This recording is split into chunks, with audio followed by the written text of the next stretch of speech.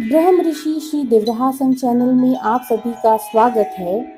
नवरात्रि का तीसरा दिन मां चंद्रघंटा का दिन माना जाता है, जिन्होंने मस्तक पर चंद्रमा को धारण किया है। देवी की सवारी बाघ है और 10 हाथों में कमल, धनुष, बाण, कमंडल, तलवार, त्रिशूल और गदा जैसे अस्त्र हैं। इनके कंठ में श्वेत पुष्प की माला और रत्न जड़ित मुकुट शीर्ष पर विराजमान है। अपने दोनों हाथों से यह साधकों को चिरायु, आरोग्य और सुख संपत्ति का वरदान देती हैं। नवरात्रि के तीसरे दिन इनकी पूजा अर्चना करने से भक्तों को जन्म जन्मांतरों के कष्टों से मुक्ति मिल जाती है। तो चलिए शुरू करते हैं मां चंद्रघंटा की कथा। देव दानव युद्ध में देवताओं और राक्षसों के बीच काफी समय तक युद्ध चला। राक्षसों का स्वामी महिषासुर था, जबकि देवताओं के स्वामी इंद्र थे। इस युद्ध में कई बार देवताओं की सेना राक्षसों से पराजित हुई और एक समय ऐसा आया जब देवताओं पर विजय प्राप्त कर महिषासुर स्वयं इंद्र बन गया। सभी देवता जब पराजित हो गए तो ब्रह्मा जी के नेतृत्व में मंत्रणा करने के लिए भगवान विष्णु और शिव की शरण में गए। देवताओं ने बताया कि महिषासुर ने सूर्य, इंद्र, अग्नि, वायु, चंद्रमा और अन्य अनेक देवताओं के सभी अधिकार छीन लिए हैं और उनको बंधक बनाकर स्वयं स्वर्गलोक का राजा बन गया है। देवता महिषासुर के प्रकोप से पृथ्वी पर विचरण कर रहे हैं।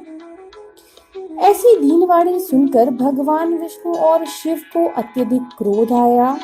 इसी समय ब्रह्मा, विष्णु और शिव के मुख से क्रोध के कारण एक महान तेज प्रकट हुआ और अन्य देवताओं के शरीर से भी एक तेजोमय शक्ति मिलकर एकाकार हो गई।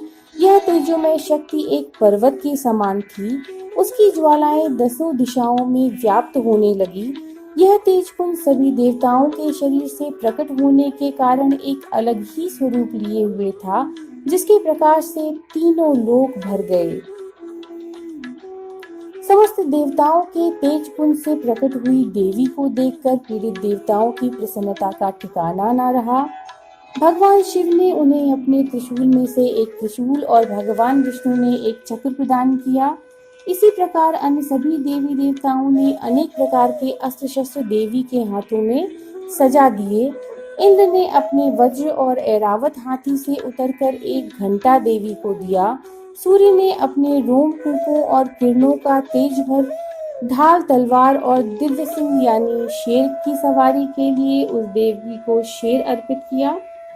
विश्वकर्मा ने कई अभेद्य कवच और अस्त्र देकर महिषासुर मर्दिनी नामक भगवती को सभी प्रकार के बड़े और छोटे अस्त्रों से सुशोभित किया। थोड़ी देर बाद महिषासुर ने देखा कि एक विशालकाय रूपवान स्त्री अनेक भुजाओं वाली और अस्त्र शस्त्र से सज्जित होकर शेर पर बैठकर अट्टहास कर रही है। थोड़ी देर बाद महिषासुर की सेना का सेनापति आगे बढ़कर देवी के साथ युद्ध करने लगा। उधर और भी कई राक्षस और दैत्य इस युद्ध में कूद पड़े अपने सैन्य बल के साथ। सारे देवता एक तरफ इस महायुद्ध को देखने के लिए कौतूहल से खड़े थे। कुछ राक्षसों ने देवी पर अपनी शक्तियों से उत्पन्न हुए अस्त्र शस्त्र आदि फेंके, लेकिन देवी पर इन अस्त्रों का कोई प्रभाव नहीं पड़ा। थोड़ी देर बाद महिषासुर मर्दिनी अपने अस्त्रों द्वारा राक्षसों की सेना को निशाना बनाने लगी और उनका वाहन शेर भी क्रोधित होकर प्रचंड होकर घूमने लगा। शेर की श्वास से सैकड़ों हजारों गण पैदा होने लगे जो राक्षसों की सेना पर टूट पड़े। देवी भगवती ने त्रिशूल, गदा और अन्य शस्त्रों से आक्रमण कर दिया। देवी रणचंडिका ने तलवार से सैकड़ों असुरों को एक ही झटके में मौत के घाट उतार दिया। देवी ने असुर सेना का इस प्रकार संहार किया मानो तिनके और लकड़ी के ढेर में आग लगा दी गई हो। इस युद्ध में महिषासुर का वध तो हो ही गया और साथ में अनेक अन्य प्रसिद्ध दैत्य और राक्षस भी मारे गए, जिन्होंने तीनों लोकों में आतंक मचा रखा था। सभी देवी देवताओं ने प्रसन्न होकर आकाश से पुष्पों की वर्षा की। देवी का वाहन शेर भी भयंकर आवाज करता हुआ अपने बालों को हिलाता झूम रहा था। इस प्रकार सबसे पहले देवी ने देव दानव युद्ध में महिषासुर और अन्य दैत्यों से देवताओं को अभय दान दिलाया। यह थी माँ चंद्रघंटा की कथा। नमो नारायण।